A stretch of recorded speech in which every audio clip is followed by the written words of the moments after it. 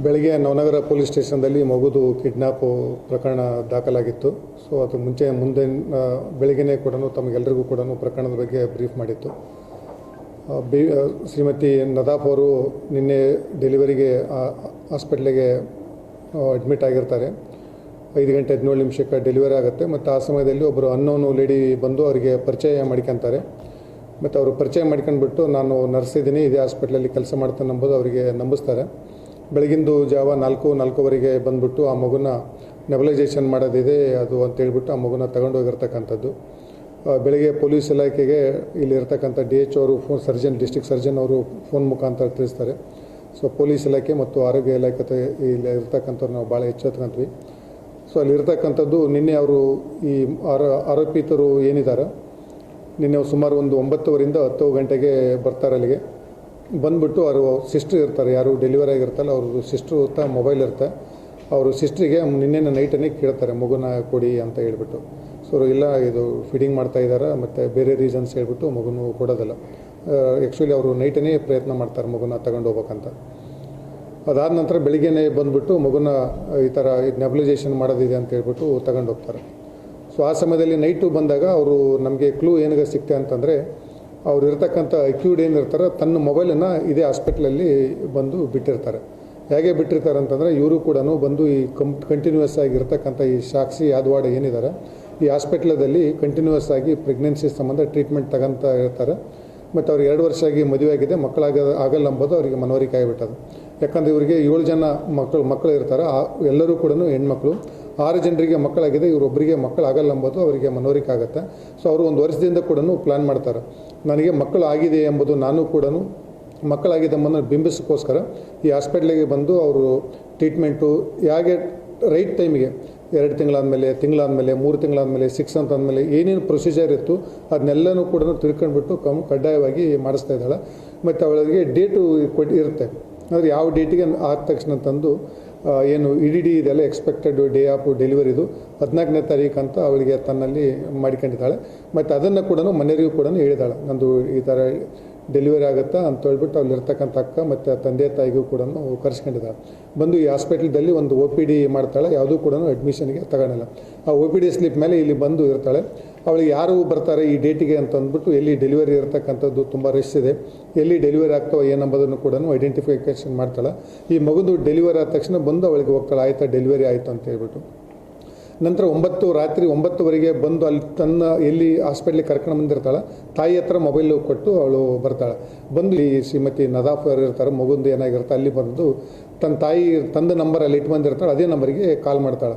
ನಾನು ಡಾಕ್ಟರ್ ರಾಥೋಡ್ ಅಂತ ಮಾತಾಡ್ತಾ ಇರ್ತಕ್ಕಂಥದ್ದು, ನಿಮ್ಮ ಮಗಳಿಗೆ ಡೆಲಿವರಿ ಆಗಿದೆ ಅಂತ ಹೇಳ್ಬಿಟ್ಟು ಅವರಿಗೆ ನಂಬಿಸ್ತಕ್ಕಂಥ ಪ್ರಯತ್ನ ತಾನೇ ಮಾಡ್ತಾಳೆ.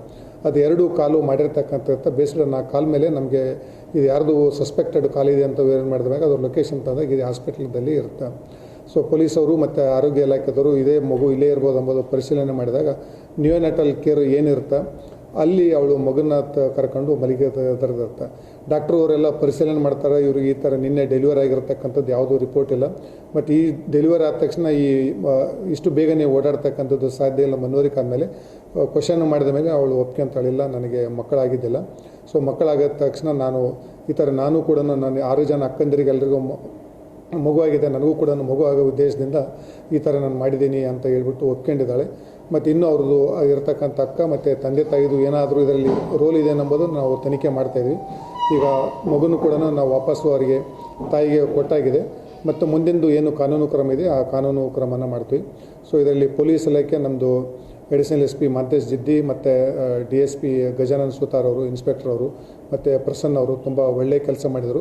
ಇದ್ರ ಜೊತೆಗೆ ನಮಗೆ ಮುಖ್ಯವಾಗಿ ಇಲ್ಲಿರ್ತಕ್ಕಂಥ ವೈದ್ಯಾಧಿಕಾರಿಗಳಿರ್ತಕ್ಕಂಥ ಮಾನೆಯವರು ಮತ್ತು ಎಂಟೈರ್ ಅವ್ರದ್ದು ಟೀಮು ಕೂಡ ಅವರು ಕೂಡ ತುಂಬ ಸಪೋರ್ಟ್ ಮಾಡಿದರು ನಮಗೆ. ಅಲ್ಲಿ ಎಲ್ಲಿಂದ ಇರಬೇಕು, ಏನು CCTV ಫುಟೇಜು ಕೊಡ್ತಕ್ಕಂಥದ್ದಾಗಲಿ, ಅವ್ರದ್ದು ಏನು ಇತ್ತು ಎಂಬುದು ಎಲ್ಲದನ್ನು ಕೂಡ ಪೊಲೀಸರಿಗೆ ಭಾಳ ಸಹಕಾರ ಮಾಡಿದರು. ಸೊ ಒಟ್ಟಾಗಿ ಪೊಲೀಸ್ ಇಲಾಖೆ ಮತ್ತು ಆರೋಗ್ಯ ಇಲಾಖೆ ಒಟ್ಟಿಗೆ ಹಾಕಿಬಿಟ್ಟು ಇದನ್ನು ಬೇಗ ಇತ್ಯರ್ಥ ಅಂದರೆ ಬೇಗನ ಪತ್ತೆ ಮಾಡೋದಕ್ಕೆ ನಮಗೆ ತುಂಬ ಸಹಕಾರಿ ಮಾಡಿದರು. ಪೊಲೀಸರು ಕೂಡ ತುಂಬ ಬೆಳಗ್ಗಿಂದನೂ ಕೂಡ ಭಾಳ ಮುತುವರ್ಜಿ ವಹಿಸಿಬಿಟ್ಟು ಇದು ಒಂಥರ ಚಾಲೆಂಜಿಂಗ್ ಆಗಿತ್ತು. ಸೊ ಅವರು ಬೇರೆ ಬೇರೆ ಕಡೆಯಿಂದ ಎಲ್ಲೆಲ್ಲಿ ಸಸ್ಪೆಕ್ಟ್ ಇತ್ತು, ಡೌಟ್ ಬಂದಿತ್ತು, ಬೇರೆ ಬೇರೆ ಕಡೆ ಲೊಕೇಶನ್ದು ಎಲ್ಲನೂ ಕೂಡ ಒಳ್ಳೆ ತುಂಬ ಕೆಲಸ ಮಾಡಿದರು. ಪ್ರಸನ್ನ ಅವರು ಮತ್ತು ಮಾಂತೇಶ್ ಅವರು ನೇತೃತ್ವದಲ್ಲಿ DSP ಗಜಾನನ್ ಅವರು ಥರದಲ್ಲಿ. ಸೊ ಇದಕ್ಕೆಲ್ಲದು ಒಳ್ಳೆ ಕಾರ್ಯ ಮಾಡಿದಕ್ಕೆ ನಾವು ಬಹುಮಾನವನ್ನು ಕೂಡ ನಮ್ಮ ಮೇಲಾಧಿಕಾರಿಗಳನ್ನು ಘೋಷಣೆ ಮಾಡಿದ್ದಾರೆ. ಅವರಿಗೆ ಅವ್ರದ್ದು ಏನು ನಮ್ಮದು ಇಲಾಖೆ ಪ್ರೊಸೀಜರ್ ಇರುತ್ತೆ ಅದನ್ನು ಕೊಡಲಾಗುತ್ತೆ. ನಮಗೆ ಸಪೋರ್ಟ್ ಮಾಡಿರ್ತಕ್ಕಂಥ ಆರೋಗ್ಯ ಇಲಾಖೆಯವರು ಕೂಡ ನಾನು ಕೃತಜ್ಞ ಮಾಡ್ತೀನಿ. ಮತ್ತು ಇದಕ್ಕೆಲ್ಲದೂ ಕೂಡ ತಾವು ಕೂಡ ಮಾಧ್ಯಮದವರು ಮತ್ತು ಇಲ್ಲಿರ್ತಕ್ಕಂಥ ಹಾಸ್ಪಿಟಲ್ದಲ್ಲಿ ಕೆಲಸ ಮಾಡತಕ್ಕಂಥ ಸಾರ್ವಜನಿಕರು ಕೂಡ ನಮಗೆ ಕೇಳಿದದಕ್ಕೆಲ್ಲ ಏನು ನಮ್ಮದು ಡೌಟ್ಸ್ ಇತ್ತು ಎಲ್ಲದೂ ಕೂಡ ತಾವು ಕೂಡ ಸಹಕಾರ ಮಾಡಿದ್ರು. ತಮಗೂ ಕೂಡ ಕೃತಜ್ಞತೆ ಹೇಳ್ತೀನಿ. Thank you.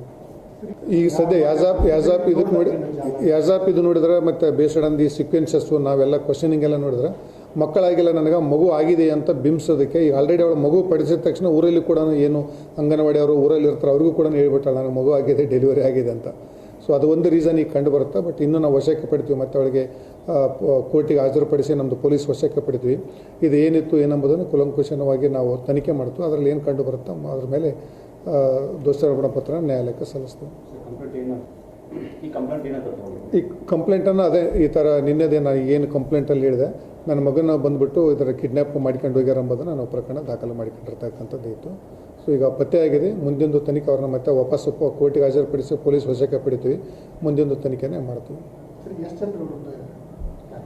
ಅದಿಲ್ಲ, ಯಾರು ಅಂತ ಅನ್ನೋನ್ ಲೇಡಿ ಎಂಬವ್ರ ಮೇಲೆ ಒಬ್ಬರ ಮೇಲೆ ಕೊಟ್ಟಿದ್ರು.